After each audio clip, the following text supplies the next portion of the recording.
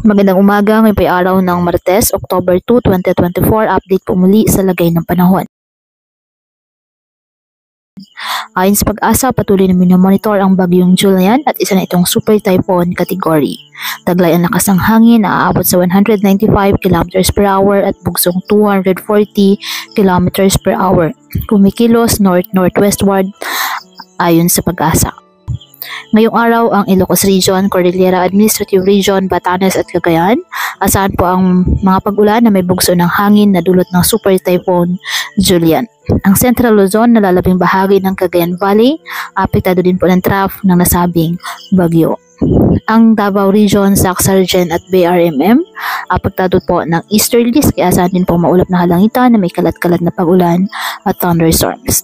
Ang nalalabing bahagi ng bansa kasama ng Metro Manila, apektado ng mga localized thunderstorms. Kaya patuloy pa rin po natin na pinag-iingat ang ating mga kababayan sa banta po ng mga posibilidad ng pagbaha at pagguho ng lupa, lalo na kapag may malalakas na ulan, at ugaliin na magdala palagi ng payong o kahit anumang panangga sa ulan sa tuwing lalabas ng ating mga tahanan. At yan po na ang update sa lagay ng panahon ngayong araw. Muli patuloy po tayo na mag-ingat at palaging tandaan, God loves you. Stay safe and God bless.